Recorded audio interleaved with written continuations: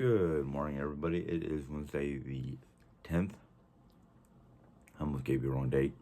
Um, Sorry, before I turned on my camera, I was hearing a bunch of birds outside my living room window, or living room.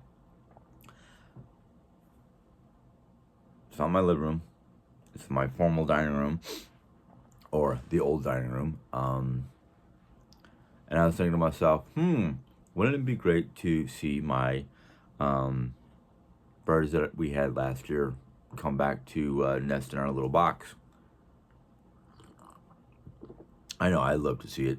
Love to hear them every morning. It is 16 degrees here, but feels like it's 7.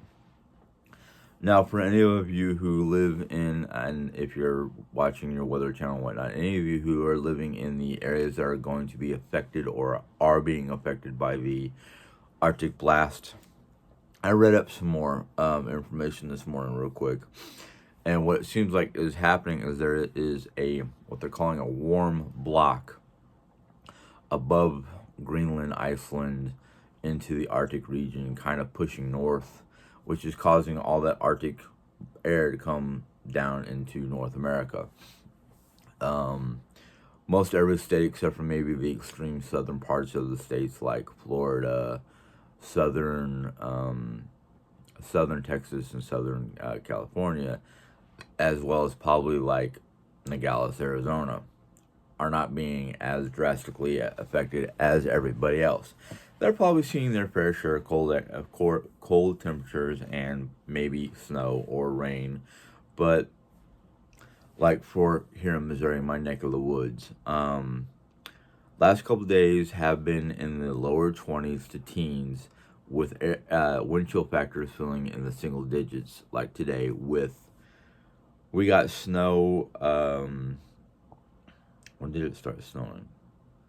Monday night, early Tuesday morning. No, Monday night, because I drove to work yesterday morning, and there was snow on the ground, and it was still trying to snow. So my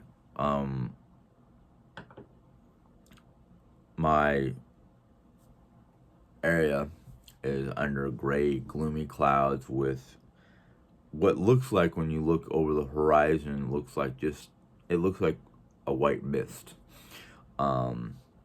If you can't see the snow, you might be able to detect it when you go and you see the droplets hitting your windshield while you're driving. It reminds me, it kind of reminds me of Yellowstone, which brings me to the topic of the day. I had at least one or two of the viewers ask me to talk about my adventures in Yellowstone. Now, I don't know if this particular person is thinking of going to Yellowstone or just wants to hear somebody's adventures at Yellowstone because maybe they've never gotten to go and they wanted to, but they just can't for one reason or another. So I'm going to talk about that. The first summer I went to Yellowstone National Park was the summer of 94, 95.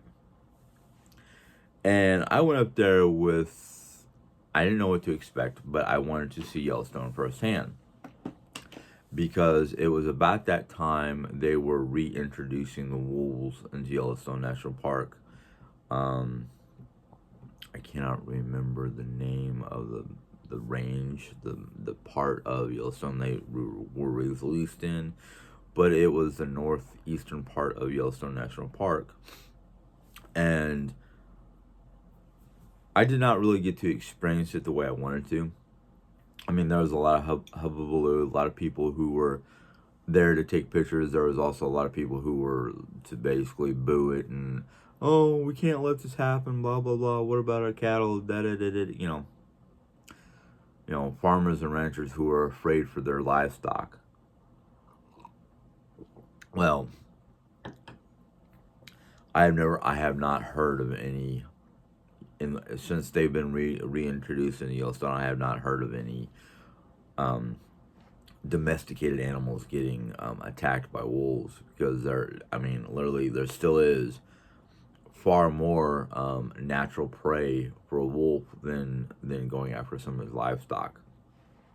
If anybody's ever heard me talk about the wolves, that I know, and I've spoken about the fact that the wolves would rather go after wild prey than going near man-made or man-controlled animals because of the fear and hatred between man and wolves.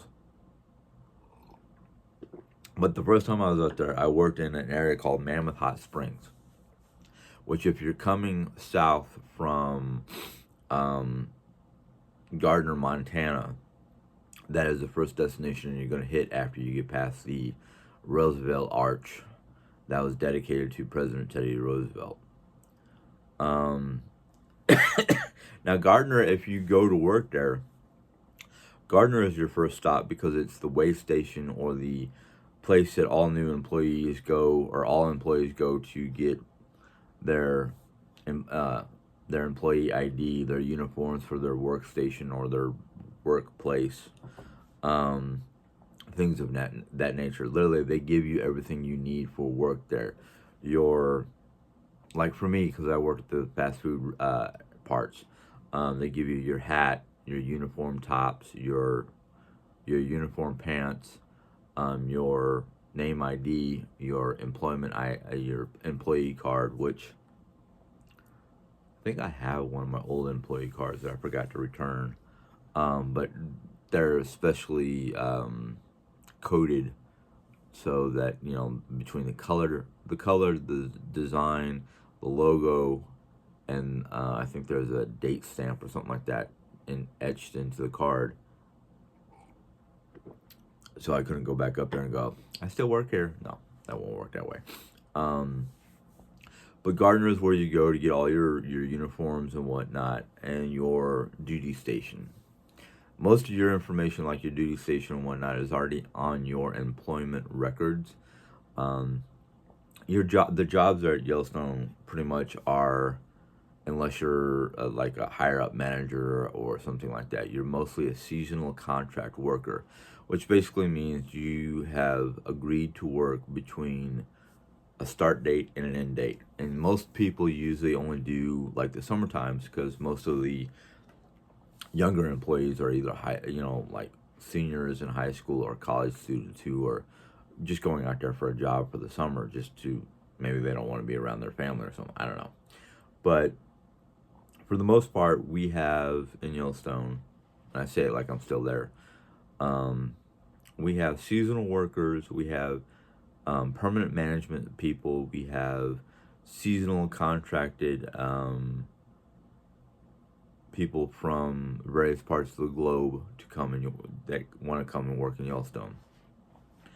I first got my job through coolworks.com, which does a lot of hiring for various type of national parks, amusement parks, ranches. They have a variety of seasonal jobs and a couple year-round jobs. But the seasonal jobs, depending on what you want to work, depends on when you work. But my first place was Mammoth Hot Springs, and you get on one of their shuttles. They pick you up in Gardner at a designated spot, and they take you to the entry point where you get all your paperwork and uniforms and all that information. And then they take you to the various locations in the park for where you're going to work. When I got to Mammoth, they drop you off at the main hotel. And you go in there, and they have you go in and sit in what looks like a giant ballroom or a giant dining room that they don't have set up for dining because they're not open to the general public just yet. Most of the time, if you're a seasonal worker and you start the season in,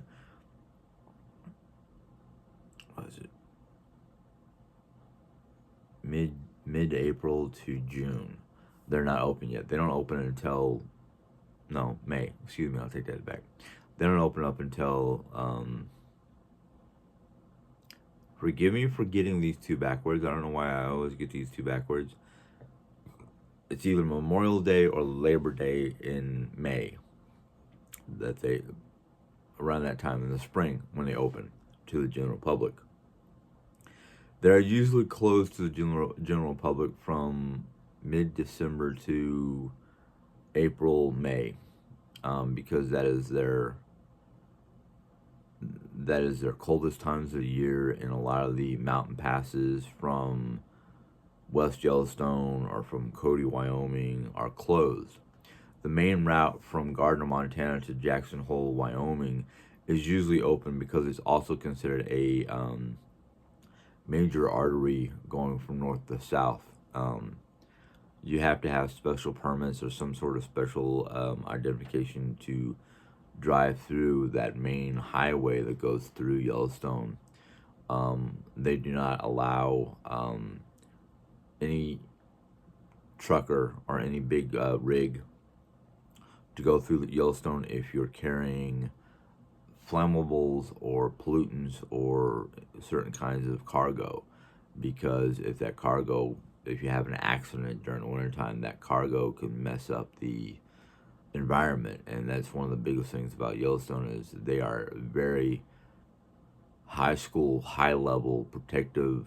Like, you can't even start a fire without going through training courses provided by the park rangers and whatnot. You can't even go into the back country to go backpacking or hiking or camping without special permit or special training via the park rangers, because of the inherent dangers, let alone the factor that one campfire that isn't being properly monitored or maintained or whatever could spark a major wildfire. Yellowstone National Park is one of the most pristine, well-kept, hardcore protected national parks that we have in this country. I have heard about people getting arrested and basically thrown in jail for trying to take an antler that has fallen off of one of the elk out of the park, or firewood or anything out of the park.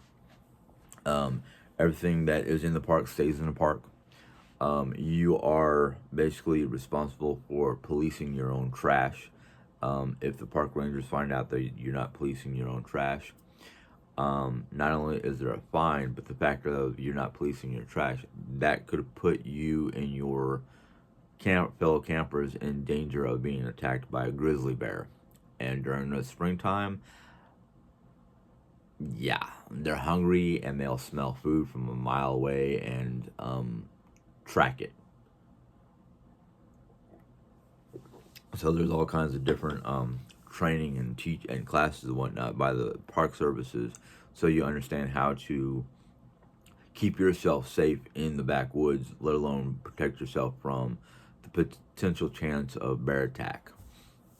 But when I got to Mammoth, we went into this room and we sat there, and while we waited for a set number of people to come in for classes, we sat through a 45 to 60-minute program provided by the park services to teach us about going into the backcountry, protecting yourself from bears, what to do with wildlife, what you can and cannot do in the park. Basically things that we need to know as workers. Now, we were not hired by the government. We were hired by a private company that had permits with the National Park Services to operate the hotels, the gift shops, the concession stands, tours, various different functions that the private company was providing, so that the Forest Service can focus on doing their job as forest rangers and such and whatnot. So it was like, educational programs. Like, one of the things that most people have misunderstanding about is pepper spray. Regular store-bought pepper spray will not work on grizzly bears. In fact, it will entice them because it makes you and your campsite smell like food. They do have, that you can purchase in the park, a special canister known as bear spray, which is basically, I've never seen it used, I've never smelt it, but the way the park ranger explained it, it's like pepper spray mixed with ghost pepper juice mixed with tear gas. It's annoying to the bears. It stings their nostrils because they rely a lot on smell. It irritates. Basically it's pepper spray jacked up on steroids. Basically, is what the park ranger kind of called it, which I thought was funny. But and then the educational program about we don't do anything with the animals. We leave the animals alone. Don't try to take souvenirs by breaking an antler up after it's fallen off the elk, because they have they have massive, big elk. They got moose, brown and black bear, grizzly bear, coyotes, bobcats, mountain lions, wolves, chipmunks, otters, various types of weasels or marmots, which is a weasel, eagles, falcons, hawks, geese, swans. They have, basically any animal that you can think of that's from the North American continent, you probably can see it or find it or hear it in Yellowstone National Park. It was beautiful, pristine land. Now, when I was there in '95, being up at Mammoth, I didn't get to explore the rest of the park. It was my first time there, so I kind of stayed locally. I did explore a lot of the area around Mammoth that was within walking distance. Mammoth Hot Springs is a terrace system, so basically if you know what a terrace system is, you know how it's kind of like stacked on top of each other in such a way where water trickles down into a pool, the pool fills up and it trickles down and it just keeps on trickling down. Well, the hot springs is filled by a underwater system that is heated by thermodynamics due to the magma chamber that basically is under Yellowstone National Park, even though they say it's been slowly moving south, I think they said. There was a couple times I heard stories about the springs ran dry. In other words, there was no water. It was just dry, crusty land. And that was, according to everything I read, was a combination of a drought situation there in Yellowstone where they didn't have as much water or rain or snow the winter, fall before the spring. But the spring that I was there, the time I was there, it was full of water and very beautiful, yet it smelled like, well, sulfur, which is basically rotten egg. It smelled like rotten eggs. So there would be some mornings I wake up in my dorm and be like, ew, the wind is blowing in the wrong direction. It smells. But I enjoyed it. My dorm, the only thing I didn't enjoy that particular summer was my dorm. The dormitory I was in was attached to the employee pub. And trying to get to sleep before 1, 2 o'clock in the morning when I had to be up at 6 o'clock in the morning was impossible because my room was literally right above the pub. So I would get the bass, pounding of the bass into my room, which kept me up. That was about the only bad thing about it. It's like, can I get a different room? Because you guys stuck me in a room above Party Central, basically. But met some good people. I wish I had some of my photos with me. I didn't even think about bringing the photos into the room. but I met a lot of different people and a lot of different characters. And the way why I say characters because Vector, um, at Mammoth, I did not deal with a lot of the various people from different countries. Most of those people were stationed near Old Faithful, which that's where everybody wants to be. Old Faithful. That's like one of the hot spots for. It's got the most people, not only visitors, but it's got the most employees at Old Faithful, which I was there one summer. I'll talk about that here in a little bit. But one of the things that I found interesting is even though the park rangers said don't feed the animals, don't try to do anything with the animals, we let them be. Um, during during I was there during the rut, which is basically mating season, where all the males get together and they clash with their antlers and whatnot, trying to be the dominant male so they can have the bigger harem. I tell you what, between the clashing of the horns and the bugling of the elk alone, um, was a sight to see. Now, the other thing about the rut is that's when you have to be the most cautious because that's when the male elk get the most aggressive. And I have seen people slow down to try to take pictures, and a male elk will turn and charge at the car. I have seen plenty of cars get slashed up, banged up, had their tires ripped up, had the side of their pickups. Literally saw a red pickup truck driving slow past these elk, and that was because of all the other people wanting to take cameras. Um, Literally get the whole side of his car ripped up due to elk antler. And I'm like, man, one, I'm glad I don't have a vehicle, and two, I'm kind of glad that they're nowhere nowhere near the dormitories. Um, yeah, I'd go out sometimes out of the dormitory to take a walk or go to my duty station, and which was Mammoth Hot Springs, the Mammoth Hot Spring. Do we call it fast food, or we just call it Mammoth Hot Springs Diner, Cafe, something like that. But I'd see the elks sitting down on the grass and whatnot, and I'd have to literally walk around them and take a different entry into the building and walk. I don't know, 5 to 10 yards just to get to my duty station. It was interesting that year. I got to learn a lot of different things about wildlife and nature, and I've always been interested in wildlife and nature, but I learned more about the elk and whatnot there because factor that's what we dealt with the most is the elk. But I worked with the fast food department, and that's what I call it.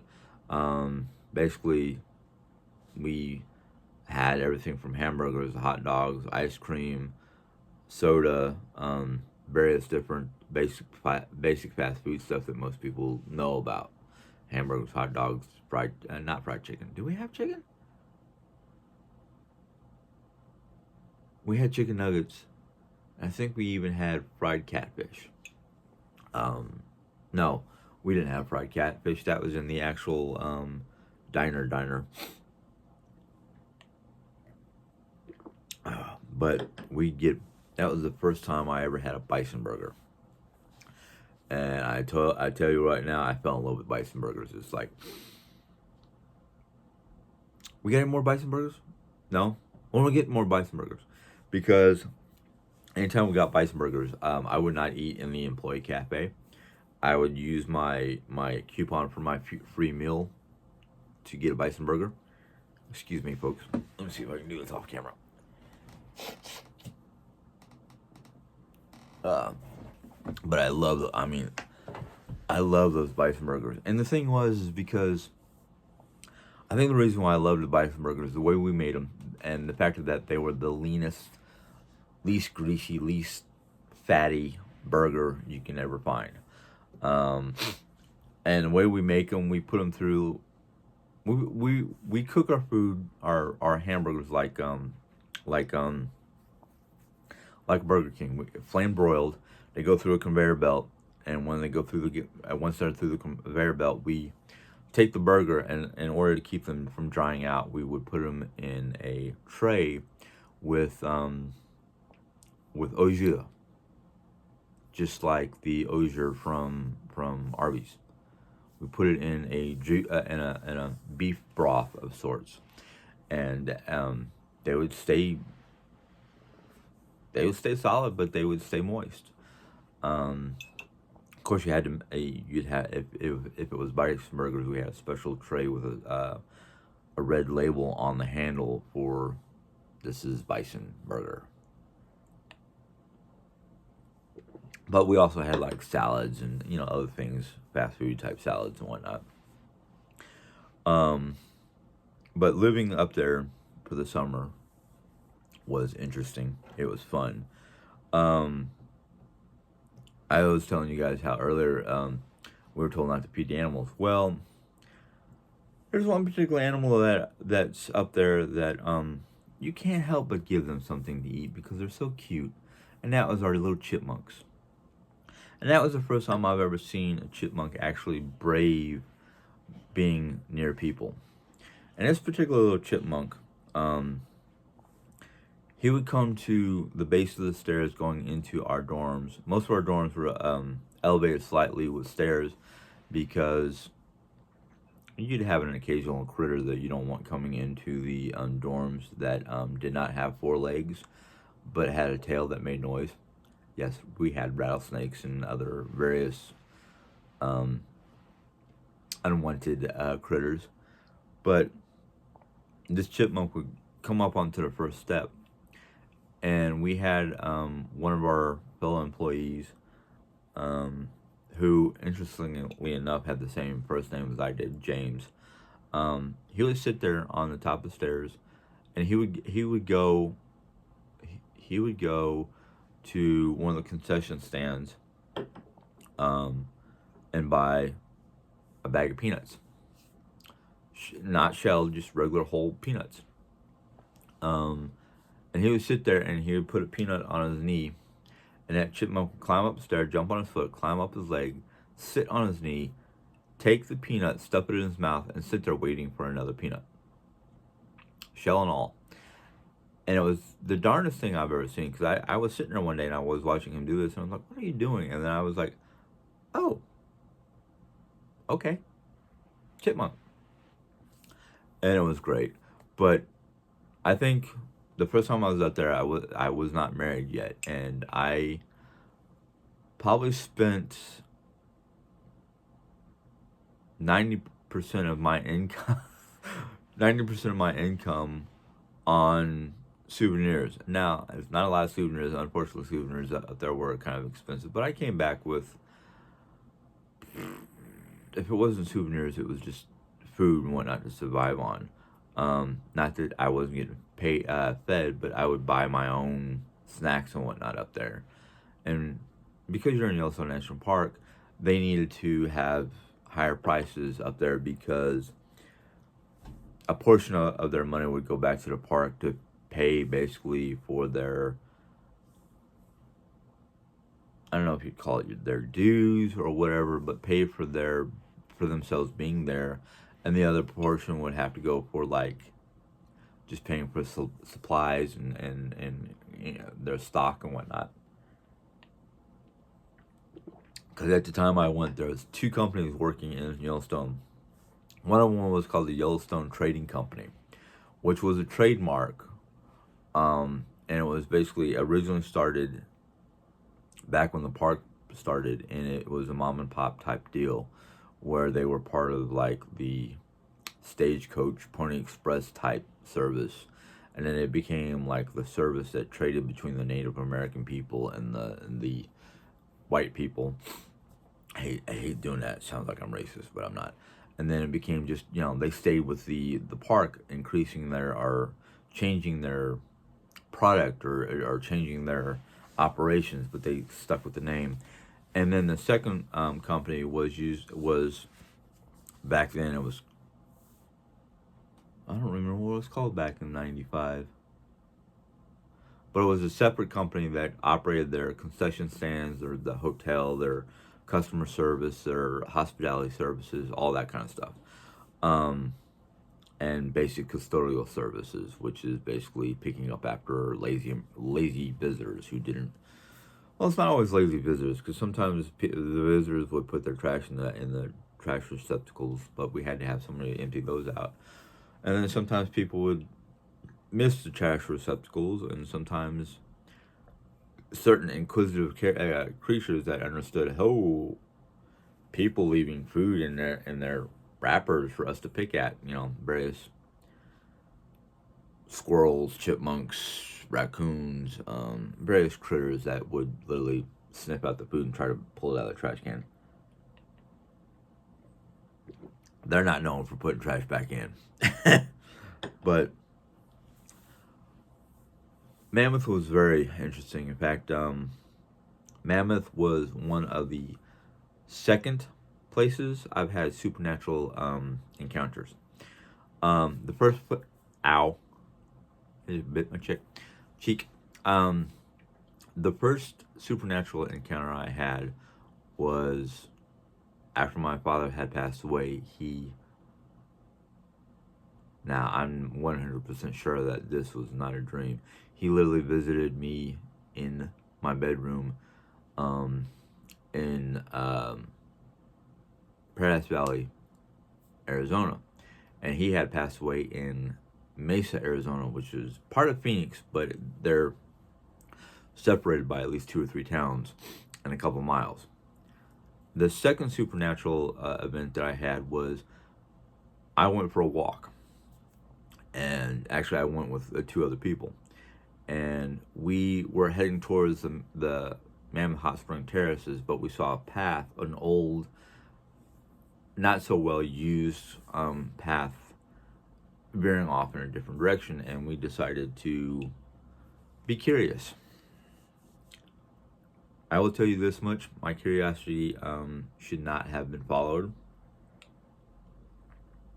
We took that little path and we found what looked like an old Native American burial ground that nobody should have, nobody's touched in who knows how long.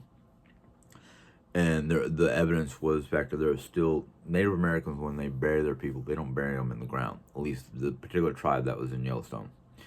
That was part of Yellowstone before it became a national park. They build little towers, little platforms to put their dead on, bring them closer to heaven, I guess. I don't know. But yeah, we found that, and I got the chills. Literally, midsummer, I'm getting the chills. It's at least 90 some odd degrees outside, and I knew right there and then, one, we shouldn't have been there, and two, something's still there protecting the dead, or the burial ground. So I was like, we need to go. We can't be up here. And others were like, yeah, I feel a little dreary and dreadful right now. And I'm like, yeah, let's turn around and head back. So we did that. And then the third encounter I've ever had was in Mammoth Hot Springs Hotel. Mammoth Springs Hotel is a 4-story hotel. Only 3 of the 4 stories are used. I read up and looked at, that's when I started to do investigations in certain things. Well, one of the hotel staff members who was, I'm gonna just call her a maid, because she does room services, clean up after guests have left. But she and another co-worker ventured up onto the 4th floor and literally ran out of the area, went back down to the 3rd floor, because they had an encounter, and let's just get this out. I had talked about different supernatural aspects, and the fact that Yellowstone National Park is full of stories, and I wanted to investigate every possible story I could. So me and about 4 other people, along with these 2 young ladies, were invited to go up there. And yeah, went up there, had weird feelings, and heard noises that you would not normally hear in a hotel. Child playing, people basically moaning and groaning in their death agony type sounds. And I investigated it. And, well, besides the sounds, the chilled feelings, and actual visible sighting of a child chasing a ball into a room that is locked off, yeah, that convinced me of a lot of things. And then I investigated it, and I found out that back during the cavalry days, where Yellowstone National Park was a cavalry fort, and the hotel was actually used as both a barracks and an infirmary. And it was one of the first groups of buildings that are still standing in Yellowstone from those days, including the old, what do they call it, the old jail building, the old prison building. Well, my investigation and whatnot led me to the historical records of Yellowstone, and I found out the fourth floor was used as an infirmary for people who were either injured by Native Americans during skirmishes or dying of smallpox. And the infirmary head doctor had a child who died of smallpox on that floor. And I'm getting goosebumps and whatnot thinking about it. And then I went, okay. I understand the Native American aspect from the first time, because I was into the Native American stuff back then, because I listened to a non-blood related, I married into relative who said we had Native American blood in our veins, which my DNA test said no. But anyhow, at the time I was really deep into Mary Summer Rain and the Native American spirituality and the whole 9 yards. But just reading the records and hearing the stories from people who've been there for ages, telling me the stories about their encounters and whatnot, I went, yeah. Now I see why the fourth floor of that hotel is not being used. I wish I could have bought that one book I read while I was there. That was in the employee library. It was a book written by a gentleman who did the history of Yellowstone National Park, and he talks about, in his book, he actually talks about the infirmary days and the cavalry days of Yellowstone. But it was an it was an adventure and a half, and an eye opener, and a lot of education, a lot of history that I learned about Yellowstone. And Yellowstone has a lot of beautiful stories, but they also have a lot of horror stories. Not horror stories as in, ghost stories or anything like that. I'm talking about stories about people who died from various things in Yellowstone, dating all the way back to the 1800s during the cavalry days. 1900s, where it was late early 1900s. I don't remember my dates off the top of my head, but Mammoth was interesting. It was fun. And then I had got at the time Mom was living here in Missouri, and I was living with her and found the job online, and that's how I got the job the first time. Second time, which was a dark time in Jerry and my relationship. We had been married a couple of years, and I needed to get out of New York. I literally I couldn't be there. Too much hustle and bustle, too much stress, too much negative energy. I needed out. Not that I wanted out permanently. I just needed to get out of New York. I needed to be away from New York for a couple months. And that's what I did. I got a summer job to go back to Yellowstone. This time it was a different company than the first company. The second company that won the bid, because every so many years they have a bidding war of who's going to operate in Yellowstone. Well, the company that won the bid, like 2 summers before I went back, was Xanterra Parks and Recreation. And I had talked to Jerry about it. I said, Jerry, it's not that I want to get away from the relationship. I just need to get out of New York for a little while. She had gotten out of New York plenty of times to go visit people, you know, go with Lisa to visit her family in Georgia. Lisa was still living in New York at the time. Things like that. So we had agreed that I would be allowed to go for a couple months. The money was good at the time and whatnot. And we went through the process and whatnot to get my job and whatnot. And money changed around because I got into a little fender bender. Nothing major, nobody got hurt. My car was the only thing that got hurt. And it wasn't totally my fault because, factor, I was switching lanes to go see a doctor, and this little pickup truck, came out of nowhere, hit me on the left. So our little nest egg that we saved up for the summer kind of got sucked out just to repair the vehicle. A lot of underhanded stuff happened during that time. I don't remember exactly, but I just know that the driver didn't have a proper license, and two, the owner of the vehicle and the factory, he was a construction guy, pulled a lot of shady cords and whatnot. I just kind of went, look, I don't care. I just want money to repair my vehicle, and even that went south. So I just kind of went, you know what? I don't have the money for lawyers. I'm not going to go through a bunch of processes.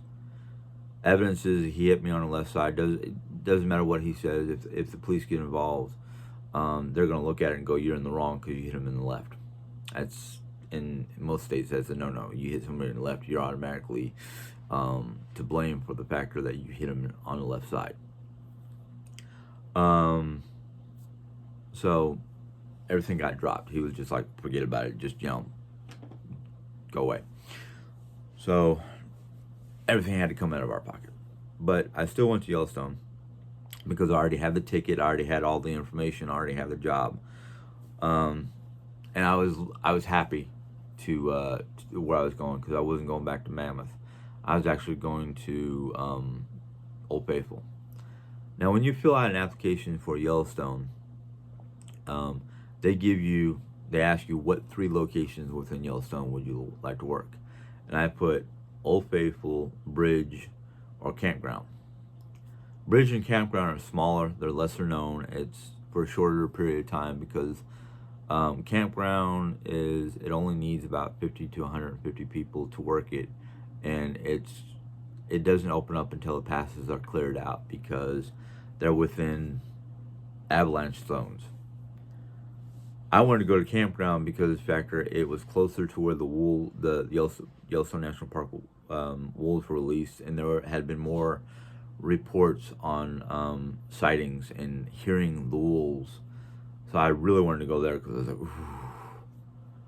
To be woken up first light or to fall asleep at dusk to the sounds of wolves howling and calling each other for the hunt is like, or the hunt or the gathering, the gathering of the pack was a dream. It's still a dream to be able to hear them. Granted, I did get to go via a tour close by to those areas, but the thing about Old Faithful, and this is going to be a long one, I'm sorry. The thing about Old Faithful is it has more inherent dangers because you're closer to the geysers, which means the ground underneath your feet could be thinner, and you have to stay on designated walking paths because you can fall through and die. And I've heard stories about people who've fallen through, and it sounds excruciatingly painful because it's not an instant death. It's you're being boiled alive type death. Um, got to see bison up close, and I mean, not that Yellowstone is boring or anything like that, but for the most part, when you're working there, you spend most of your time working. On your days off, that's when you do your best to go have adventures, which I did, backpacking with groups of people in backcountry, things like that. Um, I'm gonna cut this short. I would try to remember to do a part two on Old Faithful, my adventure at Old Faithful, and put that on the air. So what I'm gonna do is just say, stay tuned for part two. I thought this was going to be a one and done, but no, this is going to be a two-parter. So stay tuned for part two. If you like this video so far, give it a thumbs up. If you have any questions or comments, go ahead and put them in the question comment box. I'm actually looking forward to any questions about Yellowstone because I love Yellowstone. I know I'm not putting everything into these videos because sometimes I have to have either a question or something to spark my memory. What sparked my memory today is just our cold weather. So please, I'd love to hear some of your questions about Yellowstone. If you're new to my video, go ahead, and you want to join, go ahead and click the button for subscription, and a little bell will pop up, and you can click on that bell, and YouTube will let you know when I put in a new video. Until next time, stay safe, stay warm, God bless, have a good day, bye.